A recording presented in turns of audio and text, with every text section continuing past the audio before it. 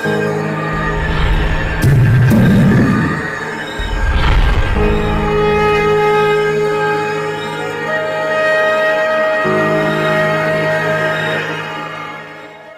जी भगवान शिव जी के मंदिर में पहुंचकर उनकी आराधना करने लगे और उनके सहस्त्र नामों का जाप करने लगे।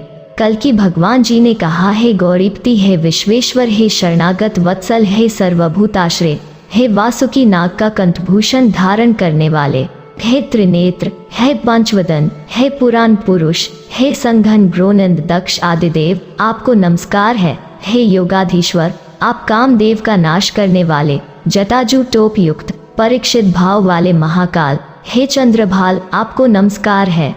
हे प्रभो, आप भूत वेतालों के सहित शमशान में निवास करते हैं। आप अपनी भयानक भुजाओं में विभिन्न प्रकार के शस्त्रास्त्र धारण करते हैं। प्रलय काल में यह समस्त विश्व आपकी ही क्रोधानल में भस्मीभूत हो जाता है।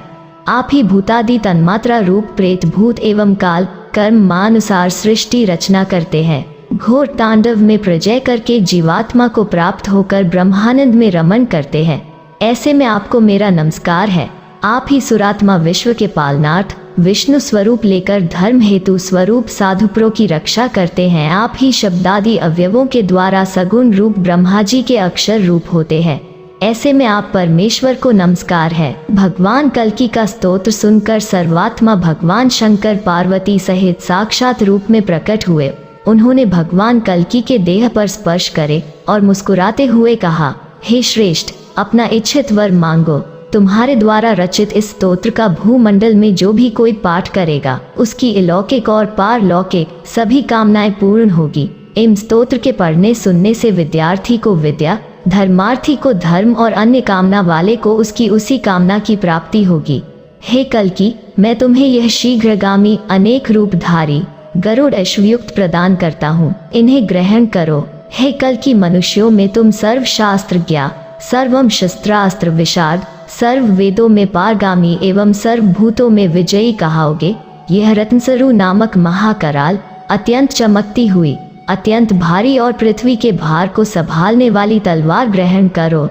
भगवान महेश्वर के वचन सुनकर कल्कि ने उन्हें प्रणाम किया और अश्व पर आरूढ़ होकर वहां से संभल ग्राम में जा पहुँचे। वहां पहुंचकर उन्होंने अपने पिता माता भ्राता आदि को विधिवत नमस्कार कर परशुराम जी के कहे हुए सब वचन उन्हें सुनाए। फिर शिवजी द्वारा प्राप्त हुए वरदान की चर्चा की और अपने जाति वालों के मध्य स्थित होकर प्रसन्न हृदय से श्रेष्ठ कथा कहने लगे। उनके द्वारा वर्णित कथा सुनकर गार्ग्य, भार्ग्य और विशाल आदि अत्यंत प्रसन्न हुए। कथा संभल ग्राम में परस्पर कही जाती उसकी महिष्यम तो नगरी में यज्ञ, दान, तपस्या और व्रतादि करने वाले सभी ब्राह्मण, क्षत्रिय, वैश्य और शूद्र भगवान के प्रीति पात्र हुए।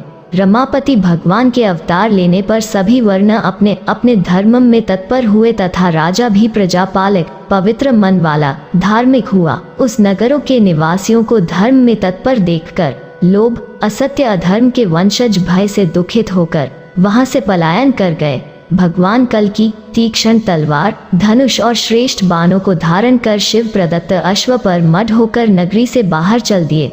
संत जनों से स्नेह करने वाले विशाखयुप नरेश संभल ग्राम में अवतरित भगवान के दर्शन के लिए जा पहुँचे। उस समय प्रत्यंत प्रभाव वाले कवि प्राज्ञ, सुमत्र और गार्ग्य विशालादि से घिरे हुए तथा तारागण सहित चंद्रमा और देवताओं सहित उच्च श्रवा के समान अश्व पर चढ़े कल्कि भगवान को विशाखयुष नरेश ने नगर के बाहर निकलते देखा।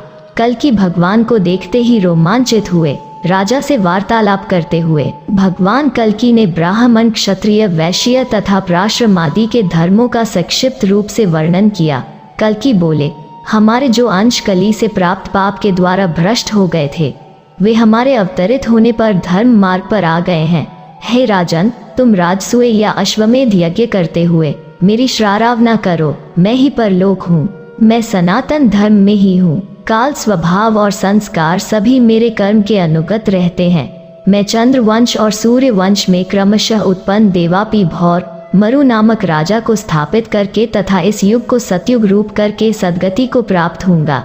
यह सुनकर विशाखयुप नरेश ने भगवान कल्कि को प्रणाम किया और उनसे वैष्णव धर्म का प्रसंग कहने का अनुरोध किया। राजा की कामना सुनकर कलिकुल का नाश करने की इच्छा से भूमंडल पर अवतरित भगवान कल्कि अपने परिजनों और अनुयायियों के हृदयों को आनंदित करने वाली मिष्ट वाणी से साधु धर्म की व्याख्या करने लगे। उस समय सभा के मध्य में भगवान कल्कि सूर्य के समान विराजमगन होकर विषख्यूप नरेश के प्रति धर्म प्रसंग बहाने लगे।